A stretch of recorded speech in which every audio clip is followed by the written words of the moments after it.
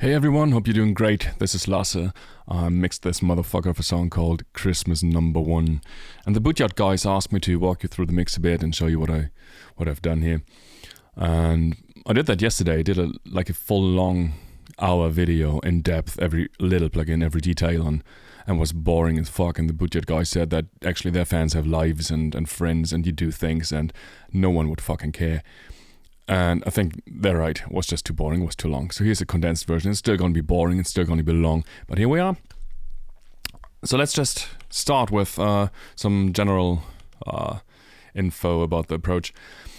I usually don't use templates. I do everything from scratch. And so what I'm doing here is not necessarily what I would have done for another band or in another context. In this case, I wanted the mix to be like not modern metal tight process, but rather vibey and rocky. So what I did is I put a SSL channel strip on every track I had and try to use primarily just that, no like little notching EQs and tricks. I did use a couple, but that's mainly that plugin that I used, and I put it on my desk. Let me show you. That's the icon decontrol. So I put that SSL channel on all on the desk here, and in order to just be able and touch knobs and tweak stuff with my ears and not look at the screen and fix little notches and spikes, but rather just grab knobs and like big strokes. I used a ton of outboard, like a couple of 1176s, MC77, Purple Audio, Audioscape 76A, Blue Stripe, LA2A, Opto Audioscape, Dolby A-Type, 361, EQP1A EQs, and SSL compressor, SSL style compressor, Smart C2, distressors. So a bunch of output stuff that I, for this now, replicated in plugin form. And yeah, because it's just easier for me to show you the plugins rather than use the phone camera and show you all the output stuff. So this is the in the box version. And what's not special, but what's about this mix, like I said, I wanted like a vibey rock mix. So let's have a look at the drum tracks first. And what I was missing here, like first off, Paul's an amazing drummer, so the performance was killer, and the recording is good too. But it was recorded a bit like I would record a modern metal band. So we didn't have any room tracks, so I had to come up with something to kind of create some sort of drum room rather than just using reverbs for that. So that kind of made me choose this approach here. Like for example, these are the spot mics. We've got hi-hats, spot cymbal mics, hi-hats, right, china, and overheads. Usually I would go in and just clean them out, like delete everything that is not, in this case, hi-hat, and do a little fade and stuff, and it just gives me more control. But here, since we didn't have room tracks, I decided to keep the bleed on all the spot mics to give a bit more of that ambience. I did clean out the toms though. I always do that.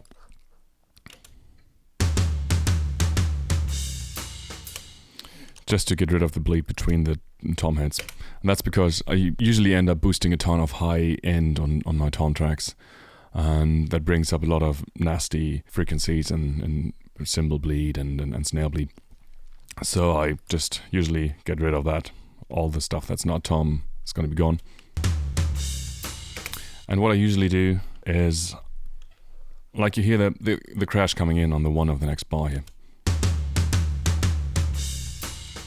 And I want to get rid of that, but I can't just cut it, because then the tail of the tom will be gone too. That sounds garbage. So what I do is highlight that track and choose an EQ. And just do a low pass filter around 400, 450 hertz, something like that. Render it, and that gets rid of all the high end, but it still leaves the low end and the low mids intact. And that's where the tom's sustaining. The high end, like when the tom hits, we need the high end. We need the smack of the stick. But in the sustain portion of the sound, there's just mainly low end. So that gets rid of the cymbal bleed without harming the tom sound and the decay too much. Let's give this a listen. So you might want to do it like this. So that's what I usually do first, clean out the stuff that I don't need. And then I start mixing. Then here I did another thing, like took one more step towards the fake room, actually two more steps towards the fake room sound, to create a room ambience, like fake room ambience, without using too much, or without relying too much on reverbs. And this track, and this is essentially just started as a overhead track. It's just a duplicate of the overheads.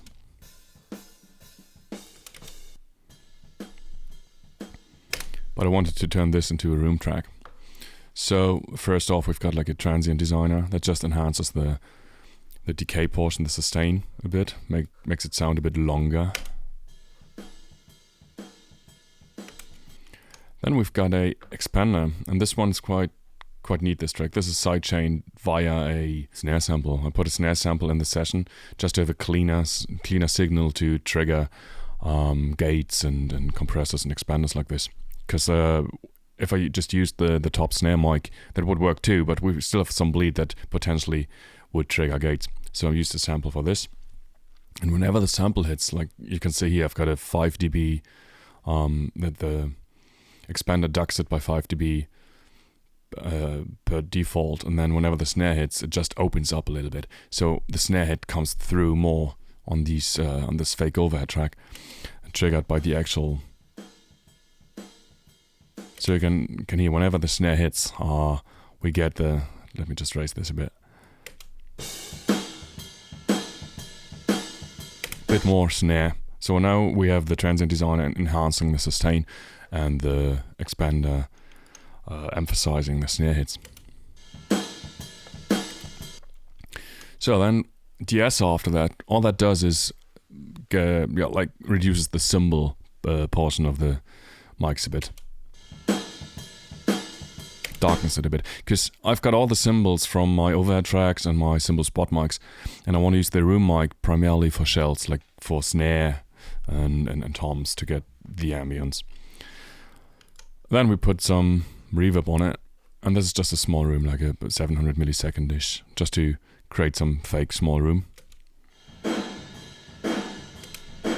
Followed by my beloved BF76. It's an old school plugin in Pro Tools. It's a 76 style plugin, but it's very gritty sounding and dirty, and that's great for this sort of stuff.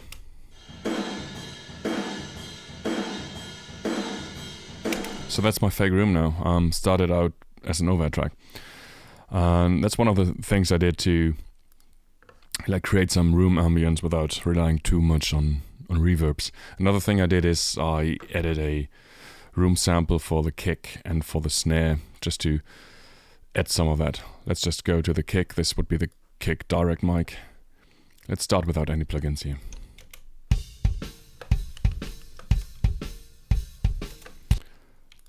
Then I put a gate on, in this case the Sony Oxford drum gate. It's amazing, just to, well, get rid of some of the bleed between the actual kick hits. Not all of it though, because it would sound unnatural. I try to keep some bleed in, like reduce it a couple of dB. Drum gate has got a leveler included, which is awesome. So it kind of levels out the drum hits, the kick hits in this case a bit. Brings up the soft ones and reduces the loud ones a little bit to make it a bit more even in the mix. I follow that up with a EQP1A kind EQ, boosting some lows, actually a bunch of lows, and also a bunch of like the smack, the attack around 3K. And then the main job is done by, like I said, the SSL style plugin that's on every channel. Just boosting a ton of high end essentially, and reducing some of the cardboard frequencies. Let's just sweep through here and see what sounds nasty, and then reduce it.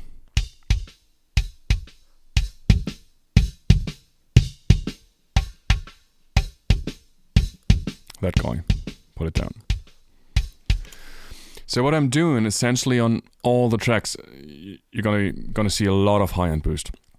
That's something that I usually would not do. But in this case, I have a EQP1A EQ on the mix bus after my compressor, and that's boosting a ton of low end.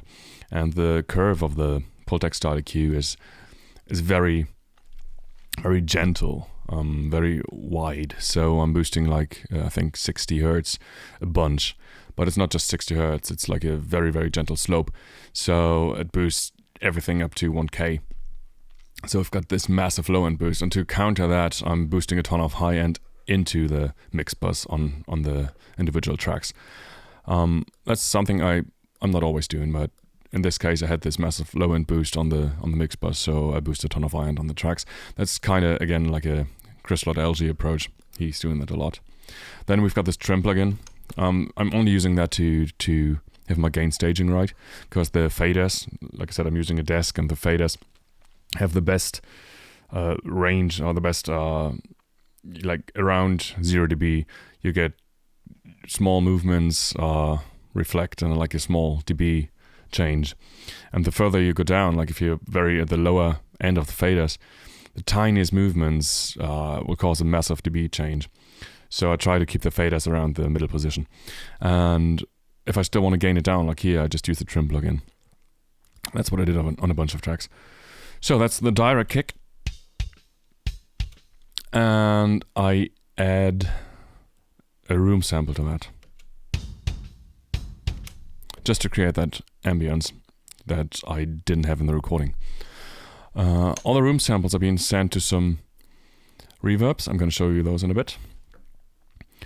I did the same for the snare. Let's just listen to the raw snare.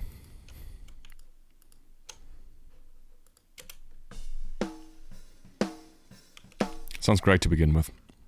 So what I did here is same with the kick, just in Pultec style EQ, boost some lows and some smack.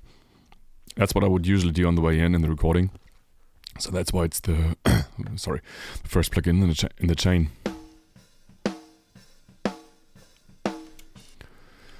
Then we've got this fixer EQ. A stock Pro Tools plugin, everything would work really. I'm just finding like some nasty ringing frequencies and reducing them a little. I'm just going to boost them now so you can hear what I'm looking for, what's nasty, and then I cut it. That guy. This one. That's really nasty.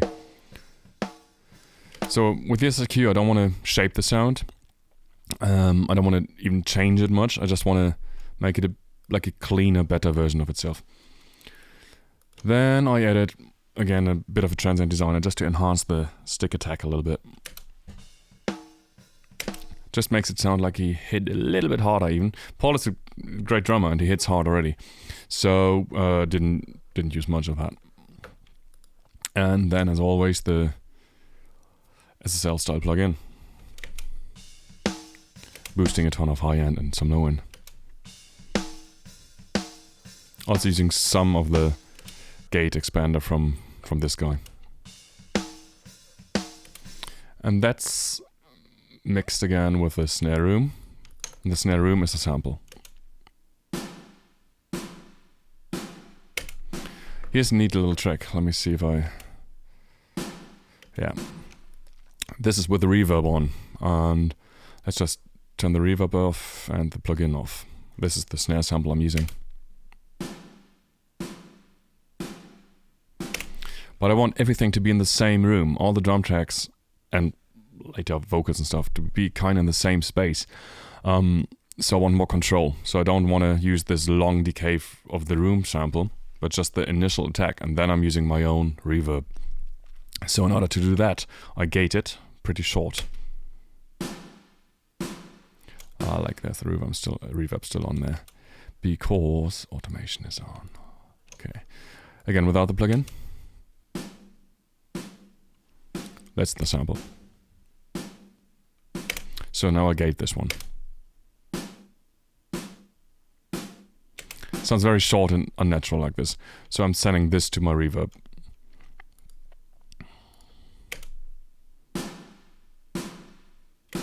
So my kick sample and my snare room sample are both sent to the same reverb, so they now exist in the same space with all the other drums. And that makes it sound very natural and organic. Same with the artificial room I showed you earlier. Let's listen to that again. That guy, I sent that to the same reverbs. Just to put it in the same space as all the other drums and elements. So let's listen to all the drums. Oh, first, this guy. That's a parallel reverb, parallel compressor. It's just a Neve type compressor, grabbing around like 6 or 7 dBs maybe. And what this does is it enhances the impact, the attack of the drums. So I'm writing this a lot. I'm raising it up in choruses and it's lower in verses, just to create some excitement for certain parts and to give like certain parts a lift, to give the drums a little bit more impact. Let me just solo all the drums and then mute the parallel compressor and bring it in and out, and you'll hear what it does. It's without. It's with. Without.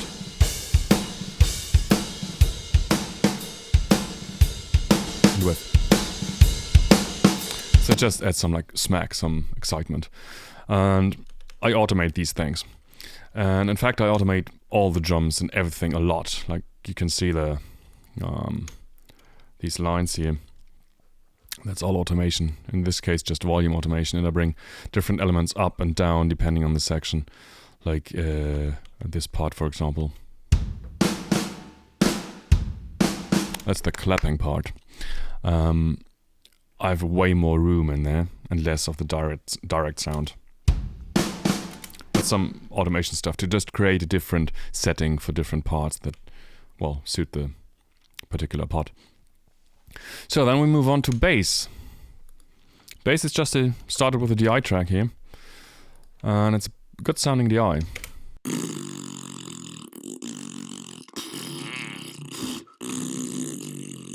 So I just put a plugin on it to create some grit, some distortion, some dirt on there. It's not doing much, but it's making it a little bit dirtier. Followed by an SSL strip. In this case, it's the CLA mix-up. Don't know why, just because I wanted to. But it's the same kind of deal.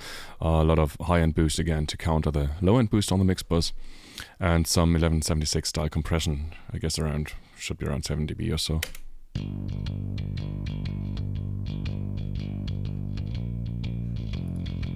Yeah. So it doesn't really change much. It just makes the DI track a bit more exciting, and I blend that with an amp track. In this case, an SVT plugin that I used. That's for some grit and dirt, and it's this guy, plugin alliance. Sounds great. Again, followed by an SSL strip, doing essentially the same thing, boosting a bunch of high end and like the pick attack. A high mid sound. That's this like 3K guy. Let me just raise this so you can hear it.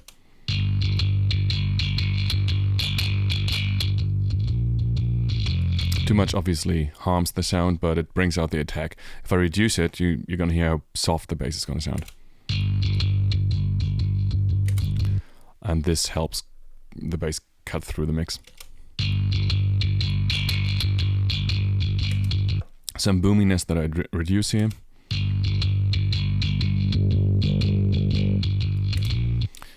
Yeah, and again followed by an 1176 style plugin, grabbing, I guess, around 7 dB is what I'm aiming for bass.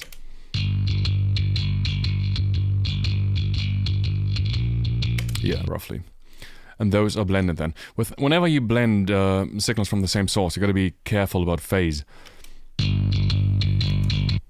so they don't cancel each other out. That's true for drums too. The first thing I forgot to mention that I usually do with drums is I check the phase. Like just listen to the overhead and the snare in mono usually, and flip the phase on one of them and see what sounds better. Some people actually phase align, so they move the tracks so that everything is absolutely aligned and hitting at the same time, and that gives you like a bigger impact and a bit more attack. But it takes away all the runtime differences. It takes away in my ears, some of the depth and the natural sound of the drums. So I'm usually not doing that, but I do flip the phase and all the tracks against each other and see what sounds best and what brings them in phase and brings the drums forward and in your face.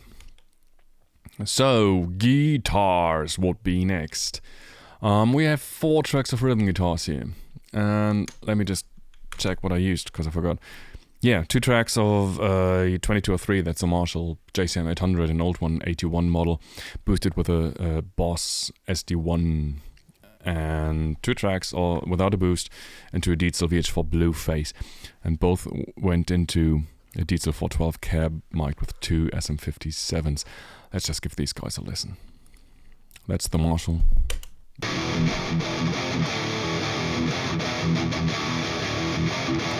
Nasty. And I'm not going for like high gain modern sound with this, so the sound is kind of dirty and nasty, and that's what it's supposed to be. Then we've got the Dietzel tracks.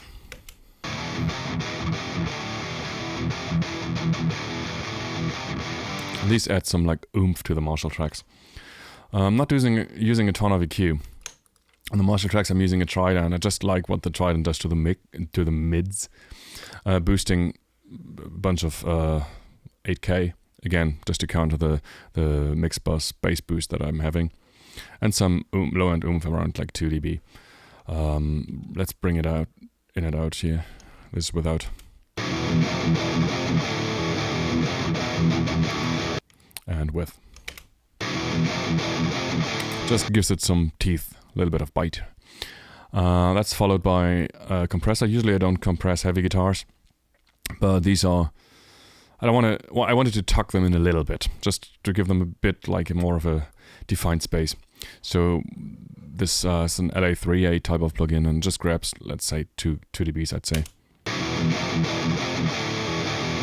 Yeah, just to make them a bit tighter. And similar thing happens on the Dietzel tracks. Just in this case, I used an SSL plugin again, and this is the SSL 9000J. Again, my plugin Alliance Brainworks. This is my like favorite channel strip plugin ever. Does the same thing. Boosts some oomph around 100, I guess. Yeah, and some teeth up here. This would be like again 3ish. Yeah, 3K to get some pick attack.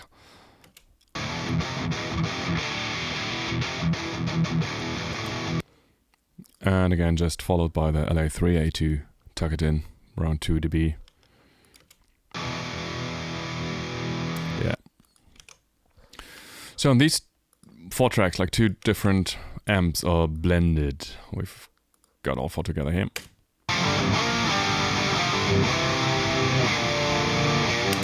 And I'm riding the volumes a lot. Like in different sections, I want more of the 800 and less of the Dietzel. And then I want the Dietzel to come in to create this bigger oomph kind of thing. Like, check this section, for example. We've got the top tracks here. These are the Marshall tracks. And then we'll go down to these are the Dietzel tracks. See, they're reduced in volume here, and then come in when the part hits again. Let's give this a listen.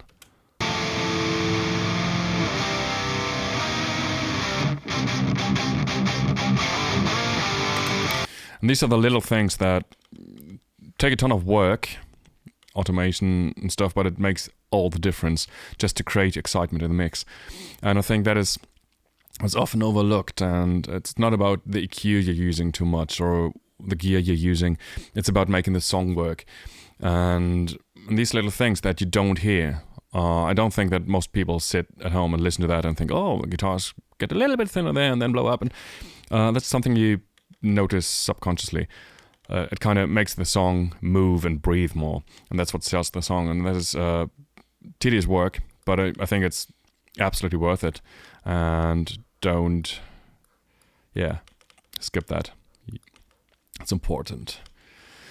Then we've got a bunch of lead guitars. I put these in a folder here. It's there's some like the slide guitar that are in almost all the songs. Let's go in. And then some octave and leads, like these.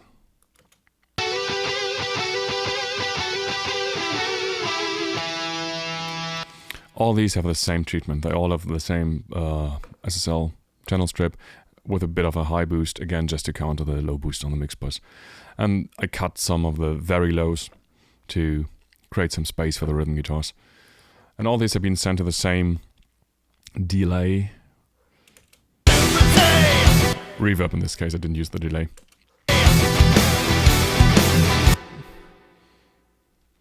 Yeah, and I tend to, it's an EMT 140.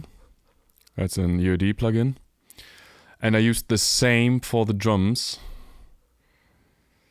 as my main drum reverb. And you're going to see that I'm using the same for the vocals as well. And that is because, like, if you see a band on stage, they're all in the same room, in the same venue. And that's the vibe I want to create. I want to put the band in one room. So if I use totally different reverb for everything, they wouldn't be in the same room, obviously. So I tend to use similar reverbs for most stuff and just use some extra reverbs for effects. So that's those lead guitars. Banjo. I treat them very much like lead guitars.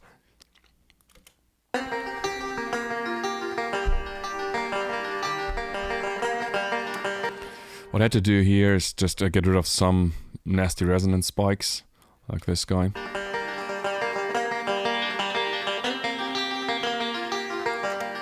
So this is my cleaner EQ. It just makes the sound, the source material a bit cleaner without really changing it. And I've got a bit of a LA3A compression again on there. This time it's not the Black Rooster audio, but just an old Waves one. It's barely moving the needle. It's really just to give me some control. All these banjo tracks, there's different banjo tracks and different songs. They all have the same treatment. And they all go into a banjo bus. And then there's some more treatment on there, which is, you guessed it, an SSL style plugin, boosting high end, obviously. Without. And with. And I'm boosting a bunch of 4K in these. That's a frequency that I don't like too much more rhythm guitars, for example. And I boosted a ton of them in the banjo tracks, just so they would bite through the guitars and through the wall of things more. Because it's not always about volume. I can't just raise stuff and like if you say raise the banjo to make it more audible, that'll mask other stuff. So you have to carve out some space for the other instruments, and that's what I did here. For example, I boosted 4K, that is not too prevalent in the rhythm guitars, just to give it this nasty aggressive attack that bites through without making it too loud. Without it's very soft sounding. And that helps the banjo to like bite through the rhythm guitars. And there's a limiter on it just to... it's not doing much. Grabs the odd spike, but it's nothing that's really audible. It's just to put a bit of a cap on it, and just like a safety net kind of thing. There's a plugin called Soothe. This is amazing. People overuse it, and that's nasty. But instruments like banjo that have a lot of weird spikes, this takes care of it.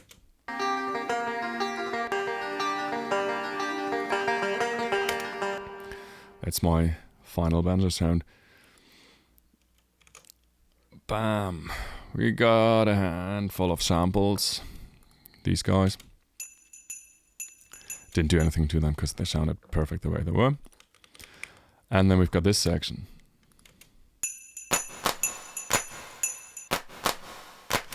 Claps, hand claps. And these go to the same reverb as my vocals. I've got two reverbs for the vocals. I'm going to show you later. One is the EMT 140 that I'm using on all the other tracks, like I said, to put them in the same space. And then I've got one reverb that I'm using for vocals only. I can show you now. That's the Relab Lexicon 480. with a plate setting, and I'm sending the claps to the same reverb because I want it to sound like the singer, or the singers in this case, it's a big section, are clapping. I don't want the claps to be in a different room from the vocals. That would sound weird. So that's little things that you should consider to, like, are these two elements in the same mix? Or is one singing there and the other guy clapping there? Obviously not. So put them in the same room, use the same reverb. This reverb, I'm using a ton of pre-delay, like 150-ish seconds, milliseconds, sorry. Pre-delay is when does the reverb start? So the vocals come and then the reverb, it takes like 150 milliseconds for the reverb to come in. So it's almost like a slap delay. And what this does is, by delaying the reverb, you can actually use more reverb without making the vocals sound washed out. Because the vocals still have this tiny space after them that brings them to the front, and then the reverb comes in. So that's a neat little trick that you can do to make things sound wet but not mushy. So yeah, brings us to the lead vocals. Vocals are awesome.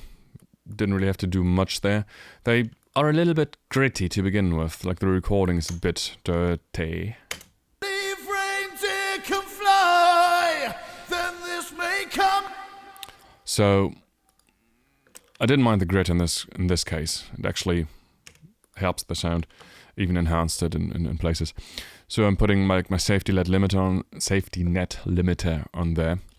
May come as a surprise. It's barely doing anything. It's really just grabbing the odd peak so that the compressor after that doesn't have to work that hard. Then there's Nectar. I can't open this plugin now because it's an older version I've upgraded since, and if I open it, it crashes Pro Tools. But all that is just a high-pass filter that's moving with the fundamental of the song. It's like a follow EQ, a tracing EQ, they call it, I think. Then we've got my... There we go. Yeah, as always, my SSL style plugin, boosting a bunch of high-end. Then you've ever heard about Chris. Just to give it this presence in your face, larger than live vocal sound. Then we've got an 1176. I used a hardware version there that I now replace with the plugin. I like this one. This is an UAD Blue Stripe, and this is mangling the vocals. I'm not using a ton of compression on all the stuff like you saw, and pretty much no compression on drums at all, except for some, well, except for the parallel compression that I'm using. A bit of compression on bass, and in this case, maximum like 2 dB soft compression on guitars. But vocals, I like to mangle. I want to crush them, because this compressor in particular gives it like a very gritty sound. So this is grabbing easily 10 dB. Then you've ever heard about Christmas is a lie. And it's a very fast release and pretty fast attack, so it gives it this really spitty, aggressive in-your-face sound. And that's just followed by a de-esser to take care of some of the S's that I bring up by boosting the high end and compressing it so hard. Yeah, it's a Bootyard Bandits Christmas. And we've got a double for all those vocals. It's exactly the same with exactly the same treatment, all the same effects and everything as well, but I'm riding this. Like in a verse, for example, Really a wagon.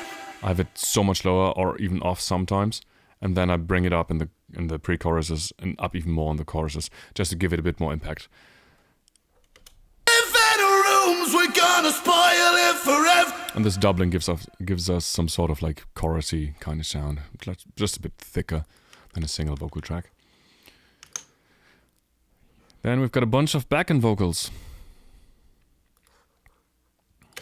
Yeah, it's a Bootyard Bandits Christmas.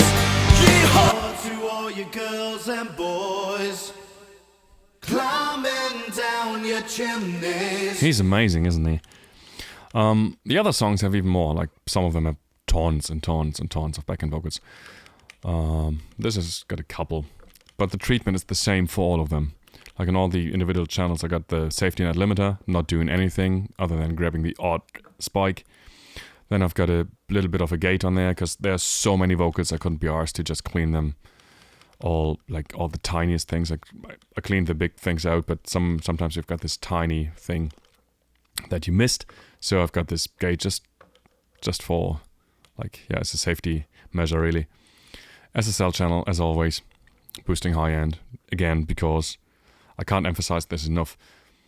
If I don't have this massive bass boost, the wide bass boost on a mix bus, which I usually don't, I would never boost that much high end in all the tracks because it's going to sound thin. But this is just to counter the bass boost. Sorry for repeating myself, but yeah. And same style of compressor, just compressing the living shit out of it. Bootyard Bandit Christmas. Let's just get rid of all these and listen to them then. Yeah. Bootyard Bandit Christmas. You can hear how it's a bit like muffled and dull sounding. Bootyard Bandit Christmas. And that's never going to bite through the mix like that. So that's why I had to compress it a lot and boost a bunch of high end just to give it this spit and the aggression. Bootyard Bandit Christmas. To cut through the mix, also had to cut the low end, as you can see. Reduced some, like 6 dB down here and a high pass filter, just to make some space for bass and drums and guitars and all that stuff, because things fight.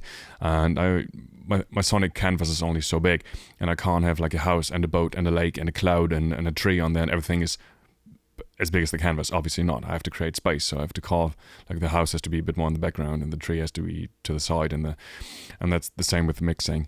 I have to carve out some space in the low end for other instruments that need the low end. So all these go to the same reverb and delay. Like I said, that's what I showed you earlier. That's the 480. Talked about that. Then we've got the 140 again. That's the reverb I'm using on everything just to create a sonic space for all the stuff to put it in. And then we've got 3 different reverbs that I'm using. I'm not using this guy here. That's a slap delay. Just an 80 millisecond kind of tape slap thing. Then we've got a medium long delay and a long delay, throw delay. So I've got this cascade of delays. So one goes in, the other, well, one goes out, the other comes in. And it's kind of handoff delay. So then that kind of tucks it into the mix a bit more. Create some, like, yeah, it makes this lush sound. It's a lie. Yeah, it's a Bootyard Bandit Christmas. Yeehaw to all you girls and boys. And the delays are also being sent to the same 140 reverb again, just to give them a bit of just to put the delays again in the background. So that's all these. Yeah. And then we go, all that goes into a vocal bus that has this guy on it, and everything is off. It still does something. It still sounds a bit like an exciter, I think. Without. Yeah, it's a Bootyard Bandit Christmas. And with it, just brings up the vocals a bit in the high end, a bit to the front, even though everything is turned off. But I like that on my vocal bus. So that's all the instruments, and that goes into my mix bus. We start here with this is Kazrak True Iron, and it's so good. They come as a surprise. It just mimics like a transformer, gives it some overtones and some dirt. Then that's followed by a limiter, and again, this limiter is not doing anything. This limiter is just my safety cap again. I'd say in the entire song, it maybe touches the loudest snare, maybe twice by half a dB. Anything you hear about Santa Claus, you'd see the reduction here. Yeah. Rudolph really is a horse. Yeah. Just as if there's like one particularly loud snare, I want to control that a bit, because after that comes the mix bus. And I don't want this one odd snare spike to trigger the mix bus too hard. And this is an SSL style mix bus, 410 auto, 4:1 ratio, 10 milliseconds attack, auto release, the pretty standard setting. And I'm grabbing maximum of 4 dB here. Anything you hear about Santa Claus. So it's hovering around the 2 dB area and goes to maybe 4 dB maximum in loud choruses and stuff. climbing down your chimneys. So this is without the Pultec style bass boost I mentioned. It sounds pretty thin, doesn't it?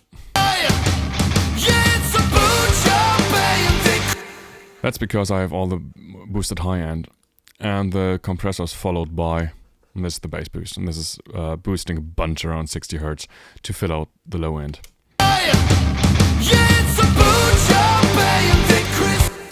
Let me just bring it in and out so you can hear the difference. Yeah, it's a Bootyard Bandits Christmas. Yeehaw to all you girls and boys. We'll be climbing down your... So that's the fat it adds, and I added that to the mix bus before I started mixing, so hence the high-end boost on the tracks. I like to do this bass boost after compression, after the mix bus compressor, because it'll trigger the compressor too hard and the bass would just pump and fight the compressor. And so I do this after the compression, but I like to feed a lot of high-end into the compression to make the compressor react to the high-end. That's why the high-end boost is on the tracks and the low-end boost is after the compressor. And that's just followed by Crane Song Phoenix. That's just a tape emulation that I like. Again, it's not really doing much, but it's rounding it off nicely. It's taking some of the sharp edges off of the transients, just to give it a bit like a smoother sound, create some overtones. Then this may come as a surprise. And as with Tryon, you can't really hear a big difference there. But I like to use small things, like small, a couple of piled stuff up that just does barely anything and it adds up to something nice. If I take it all away, you're gonna hear it. Let's just bypass the entire mix bus and then bring it all in. Bootyard Bandits Christmas. Yeehaw to all you girls and boys. So it's tiny, tiny things. Nothing of that is, except for this EQ, maybe even audible by itself. But it adds up. And mix bus again is a ton of automation. We've got, for example, volume automation after and before the compressor. So what I like to do is bring choruses up and verses down, just to see. Here's a volume automation, for example. It's a tiny movement. It's like maybe not. It's not even a dB. It's like half a dB or 0.8 or something. And so you see, it just gets this even not audible, but this tiny, tiny lift that you feel toward the chorus, and the chorus hits a little bit harder. Let's check this out. If you've ever heard about Christmas, it's a lie. Yeah, it's a Bootyard Bandits. So you don't hear a step, but you hear, oh wow, the chorus is just a bit bigger than the rest. And I think that's so important in mixing. It's not only about how good the snare sounds or how good the guitar sound or what amp you're using or what plugins you're using. All that doesn't matter too much. Mixing is about making the song work. Mixing is about transporting what the song is supposed to say to the listener. And if the song works, if the listener loves it, he won't even, or she won't even hear what you did. So a good mixer usually is silent in that regard, because you can't really hear what the good mixer did, but what he did makes the song work for you. So if you like the song, that's what matters, and that's my goal in the end. My goal is the song has to rock, and you have to start tapping your foot and headbanging. And you don't necessarily achieve that by the best guitar sound or by the best snare sound, although I of course aim for that. But you achieve that by making the song breathe and groove and work. And that's all this volume automation, all the effects automation, and the little tiny things that work subconsciously. So don't overlook those. They're massively important. And again, we've spent 45 minutes. So that one fucking nerd that's still with me, respect. Damn, that was boring, wasn't it? But yeah, if you have any question at all, just drop them here in the comments, and I'll try to reply and answer all the questions. I just kind of skimmed through it because there's so much to do, and I could spend an entire day talking through the mix, and this is 45 minutes already. I'm sorry about that, but maybe there's one of you who's crazy enough to listen and sit through this whole ordeal. Good job. Thanks, guys. Take care.